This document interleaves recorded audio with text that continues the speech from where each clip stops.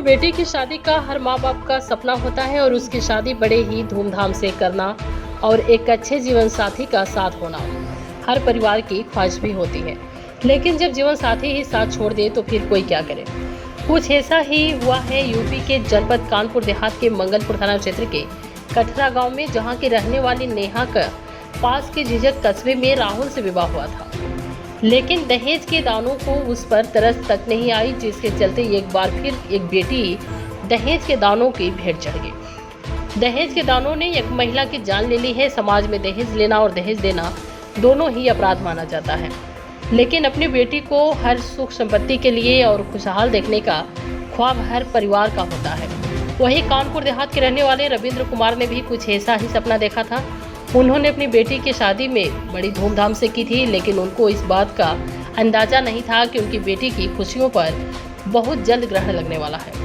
शादी के कुछ दिन बाद ही ससुराली जनों ने अपनी बहू को प्रताड़ित करना शुरू कर दिया और आए दिन घर वालों से पैसे लेकर आने की बात करने लगे। पहले तो नेहा ने बहुत दिन तक अपने ससुराल की यातनाओं के बारे में अपने परिवार में कुछ भी नहीं बताया, लेकिन बात इतनी बढ़ गई कि नेहा यातनाओं से बीमार हो गई।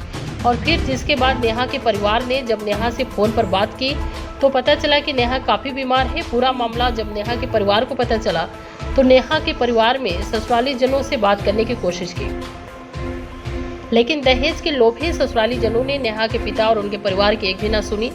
झूठे आश्वासन के बाद नेहा को रखा तो लेकिन आए दिन उसे मारते पीटते भी रहे, जिसके कारण नेहा की तबीयत बहुत ज़्यादा गंभीर हो गई और नेहा के पति ने उसे उसके मायके छोड़ दिया और कहा कि दहेज तो कुछ मिला नहीं, तो अब इलाज भी मैं नहीं कराऊंगा, इलाज तुम लोग कराओगे। नेहा के परिवार ने जैसे तैसे अपनी बेटी का इलाज कराया। वह भी रिकॉर्डिंग कर ली गई थी कि ससुराल वाले दहेज मांगने की बात करते थे। आज नेहा हमारे बीच नहीं है, दम तोड़ चुकी है और अपनी मासूम बेटी को जन्म देकर चली गई है। नेहा के परिवार वालों ने नेहा के पति और ससुराल जनों पर दहेज का मुकदमा दर्ज करा दिया है, लेकिन कानपुर देहात पुलिस कहीं ना कहीं नेहा के ससुराल वालों को बचाने में लगी हुई है। ना तो कोई गिरफ्तारी हो रही है और ना ही कोई जांच पड़ताल की बात हो रही है, तो सिर्फ जांच और वह भी मुँह जुबानी। ऐसे में कानपुर देहात पुलिस भी सवालों के घेरे में खड़ी होती है। अब देखना यह है कि पीड़ित परिवार को न्याय कब और कैसे मिलता है और पुलिस की कार्यशैली आखिर कब सुधरती है। हमने जब इस मामले में डेरापुर सीओ आशा पाल से बात करनी चाहिए तो उन्होंने साफ तौर पर इस मामले में कुछ भी कहने से मना कर दिया है। कानपुर देहात से संवाददाता सागर भारती की रिपोर्ट। क्या घटना हुई थी? हमारी बिटिया की हमने शादी करी थी। हवा गई उनकी सितंबर के महीना में थोड़ी तबीयत डाउन हुई। उन्हें कई दवा ले आ चल के ये लोग दवा नहीं लाए भैया, रोड चाप पे दवा ले नहीं।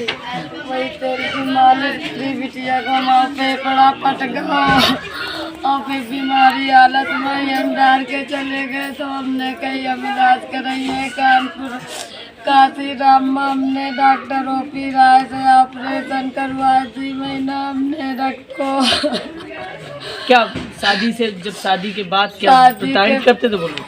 शादी के बाद प्रताड़ित क्या करते थे, कहते थे मरी जाए, खाना अगर बच जाए तो खा ले, न बच जाए। क्या दहेज की मांग करते थे वो लोग? दहेज तो भैया आज भी मांग कर रहे हैं, हमारे पास रिकॉर्डिंग रखी है दहेज की, तो आज भी मांग कर रहे हैं। क्या मांगते थे? क्या मांगते? सास कहती थी कहीं राहुल तुम ना कमाओ, तुम्हारा ससुर तो कहीं मास्टर है, कमा कमा के देगा खूब। कहीं बिटिया से हमारे कह जाओ खर्चा ले आओ, वहीं से पैसा ले आओ।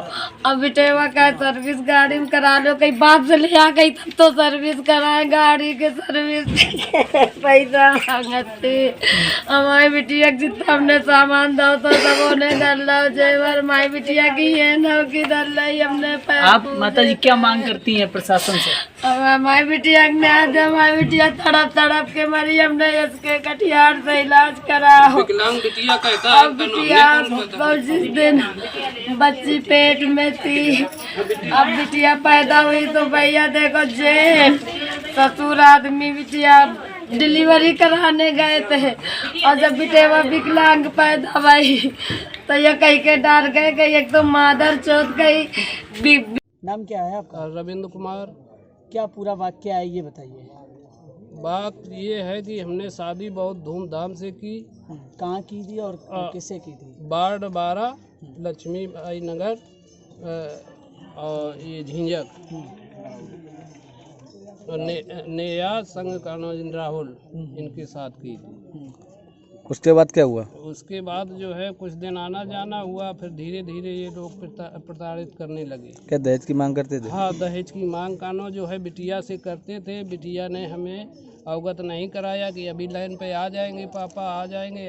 वो अपने मन में ही मन भूलती रही और उसने ये सोचा कि पापा ने इतना खर्च भी किया और फिर भी हमारे तीस समस्या आ रही है। इसके बाद जो है वो वहीं पर जो है वो बुखार आया। बुखार आने के बाद जो है उसको खांसी, उन्होंने इन लोगों ने 1 महीना का न किसी को दिखाया न किसी को सुनाया। अच्छा, इसके पहले इनके खिलाफ आपने कोई थाने में तहरीर दी थी क्या? इसके पहले नहीं, एक बीच में अभी कानो जो है हुए ये 8-9 महीना लगभग, तभी कानो जो है दी थी। तो उसमें जो है सर जो है थाने से बोले कि हम उनको बुला दें, उनको आप समझौता कर लें, अगर नहीं मानते तो आगे कार्रवाई बढ़ाएंगे। तो फिर आए सुबह और आके ना समझौता करना हुआ तो हम कही चलो भाई ठीक है। इसके बाद की घटना बताइए क्या है? इसके बाद की कानो घटना, बच्ची भी पैदा हुई, वो भी कानो आरोप लगने लगा कि ये विकलांग पैदा करने लगी। तो वो धीरे धीरे यहाँ बीमार थी, वो अंदर कुड़ती रही। और जब भी ये हमारी बच्ची कानो फ़ोन से बात करे तो ये फौरन मादर और गादर और कानो गाली गलौज करने लगी। हाँ, गाली गलौज और मारने के बीच छूटती रही। उसके बाद आपकी लड़की की मौत कब हुई? क्या हुई, कैसे हुई थी? क्या वजह रही? वजह यही रही कानो बीमार थी और ये पहले मारा कूटा था। क्या तो माना जाए, उसे टाइम पे इलाज नहीं मिला, इसकी वजह से उसकी मौत हो गई? नहीं, टाइम से हम कराते रहे इलाज। उनकी तरफ से क्या इलाज उनकी हुआ? तरफ से इलाज नहीं हुआ। आप रिकॉर्डिंग भी सुन सकते हैं। प्रशासन से अब क्या मांग करते हैं? आपकी बेटी शासन से चली गई है। हमें एक बच्ची है, इसका न्याय कानून, वो विकलांग है। अब वो जो हुआ तो वही थाने है। में आपने तहरीर दी थी, उसके बाद पुलिस की कार्रवाई क्या हुई है? पुलिस की कार्रवाई ये अभी वाली, अभी क्या कार्रवाई? अभी कार्रवाई होने वाली थी कानून, तब लगी घटना घट गई।